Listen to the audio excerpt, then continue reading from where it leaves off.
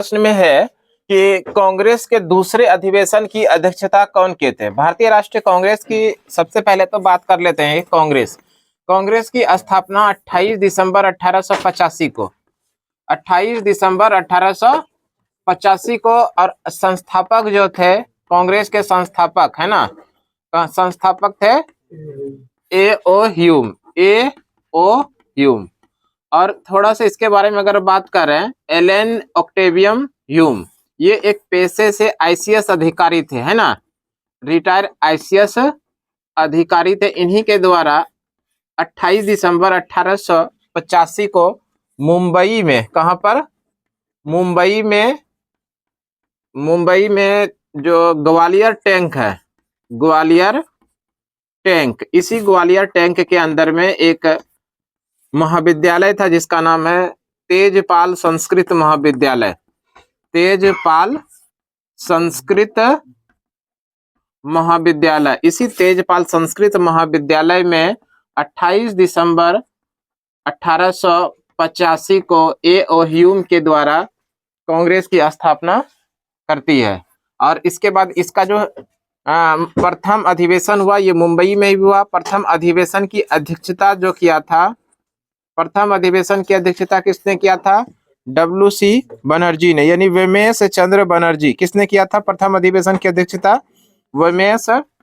डब्ल्यू.सी. बनर्जी, वेमेश चंद्र बनर्जी ने भारतीय राष्ट्रीय कांग्रेस के प्रथम अधिवेशन की अध्यक्षता किया था। भारतीय राष्ट्रीय कांग्रेस का जो प्रथम अधिवेशन हुआ था, प्रथम अधिवेशन, और इस प्रथम अधिवेशन में कितने प्रतिनिधियों ने भाग लिया था, इसको भी ध्यान रखिएगा। भारतीय राष्ट्रीय कांग्रेस के प्रथम अधिवेशन में जो कुल मिलाकर इसमें प्रतिनिधि शामिल हुए थे उसके बारे में थोड़ा हम लोग बात कर लेते हैं। तो इसमें ध्यान रखिएगा, कुल प्रतिनिधियों की संख्या की बात करेगा तो 72 कुल, है ना। टोटल जो प्रतिनिधि थे वो कितने थे? 72 थे। इसको भी ध्यान रखिएगा। इस 72 में से ये ध्यान रखिएगा मुस्लिम प्रतिनिधि की संख्या कितना था? 2। मुस्लिम प्रतिनिधि की संख्या था, मुस्लिम प्रतिनिधि की संख्या 2।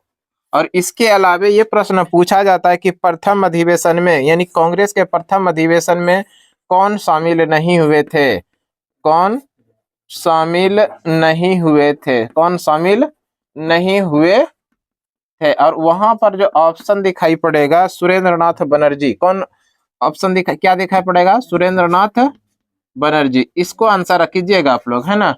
सुरेंद्रनाथ बनर्जी भारतीय राष्ट्रीय कांग्रेस के प्रथम अधिवेशन में शामिल नहीं हुए थे। ये हुआ कुछ कांग्रेस के प्रथम अधिवेशन से संबंधित, जो कि 28 दिसंबर 1885 को स्थापना होती है। और कांग्रेस की स्थापना होती है कहां पर? मुंबई के ग्वालियर टैंक के अंदर में एक महाविद्यालय था, और इस महाविद्यालय का नाम है तेजपाल संस्कृत महाविद्यालय, है ना। इसी महाविद्यालय में कांग्रेस की स्थापना 28 दिसंबर 1885 को होती है। और स्थापना कौन करते हैं? ए.ओ. ह्यूम। ए.ओ. ह्यूम की बात करें तो ए.ओ. ह्यूम पेशे से एक आईसीएस रिटायर अधिकारी थे, अंग्रेज अधिकारी थे, और ये रिटायर थे। एलन ऑक्टेवियम ह्यूम, इन्हीं ने कांग्रेस की स्थापना किया था। और प्रथम अधिवेशन जो हुआ था यही तेजपाल संस्कृत महाविद्यालय में ही प्रथम अधिवेशन हुआ था। और इस अधिवेशन की अध्यक्षता किया था डब्ल्यू.सी. बनर्जी ने। कुल कितने प्रतिनिधि शामिल हुए थे? 72 प्रतिनिधि शामिल हुए थे। इसमें मुस्लिम प्रतिनिधियों की संख्या कितना था? 2 था। कौन शामिल नहीं हुआ था? तो उसमें हम लोग आंसर याद रखेंगे, सुरेंद्रनाथ बनर्जी। अब हम लोग आते हैं प्रश्न पर, जो आप लोगों के लिए एग्जाम में प्रश्न पूछा गया था। दूसरे अधिवेशन की अध्यक्षता कौन किए थे? कांग्रेस के दूसरे अधिवेशन की अध्यक्षता, सबसे पहले तो ये जान लीजिए कांग्रेस का दूसरा अधिवेशन हुआ कब? ये 1886 में कांग्रेस का दूसरा अधिवेशन हुआ। और कहां पर हुआ था? कलकत्ता में। कहां पर? कलकत्ता में कांग्रेस का दूसरा अधिवेशन हुआ था। और इस दूसरे अधिवेशन की जो अध्यक्षता किया था, अध्यक्ष बने थे, वो बने थे दादा भाई नेरोजी। दादा भाई नेरोजी। कौन बने थे? दादा भाई नेरोजी। दादा भाई नेरोजी के बारे में बात करें, दादा भाई नेरोजी भारतीय राष्ट्रीय कांग्रेस के 1986 के अधिवेशन की अध्यक्षता किया था, दादा भाई नेरोजी। दादा भाई नेरोजी के बारे में थोड़ा सा बात करें तो दादा भाई नेरोजी एक कांग्रेस के पहले पारसी अध्यक्ष थे। कांग्रेस के पहले पारसी अध्यक्ष, ये क्या थे? पारसी अध्यक्ष बने थे। दादा भाई नेरोजी को ही भारत में वयोवृद्ध यानी ग्रैंड ओल्ड मैन के नाम से जानते हैं। वयोवृद्ध, इसी को क्या कहते हैं? वयोवृद्ध यानी grand old man. Grand old man के नाम से किसको जानते हैं? दादा भाई नेरोजी। दादा भाई नेरोजी भारतीय राष्ट्रीय कांग्रेस के 3 बार अध्यक्ष बने। भारतीय राष्ट्रीय कांग्रेस के अध्यक्ष कितनी बार बने?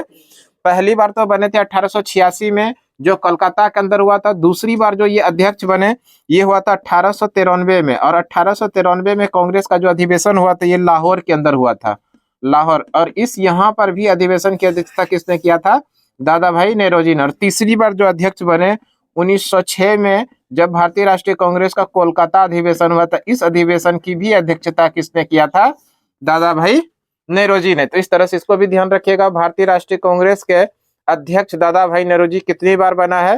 3 बार। पहली बार 1886 में जब अधिवेशन हुआ था कलकत्ता में, क्लियर है। दूसरी बार जो अधिवेशन की अध्यक्षता किया इन्होंने 1893 में जो अधिवेशन हुआ था लाहौर में। तीसरी बार जो अधिवेशन की अध्यक्षता किया जो 1906 में, कहां पर हुआ था? कोलकाता में। दादा भाई नेरोजी को ही ग्रैंड ओल्ड मैन के नाम से जाना जाता है।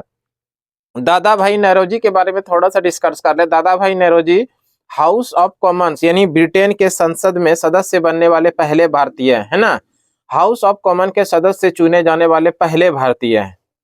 कौन? दादा भाई नेरोजी। दादा भाई नेरोजी की बात करें तो दादा भाई नेरोजी जो है ना एक समाज सुधारक भी थे, और दादा भाई नेरोजी एक पत्रकार भी थे। दादा भाई नेरोजी एक अर्थशास्त्र भी थे। अर्थशास्त्र के बारे में अगर बात करें दादा भाई नेरोजी से संबंधित, तो इन्हीं दादा भाई नेरोजी ने भारत में पहली बार प्रति व्यक्ति आय की गणना किया था, है ना। प्रति व्यक्ति आय की गणना कितना बताया था इन्होंने? 20 रुपया वार्षिक बताया था। दादा भाई नेरोजी ने ही भारत में पहली बार प्रति व्यक्ति आय की गणना किया था।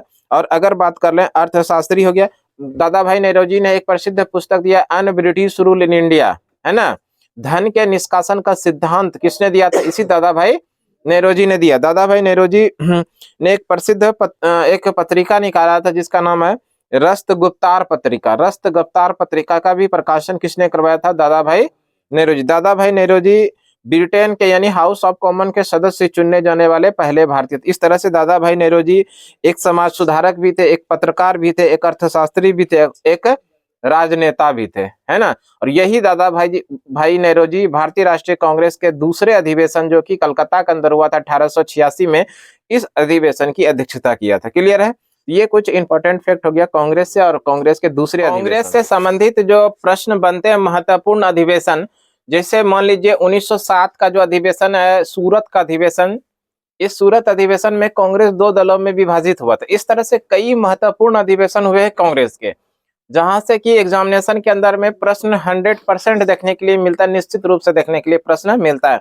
यानी कि आप कह लीजिए ऐसा कि 1885 से लेके 1947 के बीच में जो महत्वपूर्ण अधिवेशन हुए कांग्रेस के, और उससे संबंधित महत्वपूर्ण प्रश्न जो उससे रिलेट करेगा उसको अगर पढ़ के जाइएगा आप लोग, तो निश्चित रूप से 2 से 3 नंबर लेके आ जाइएगा ये आसानी से कांग्रेस से संबंधित।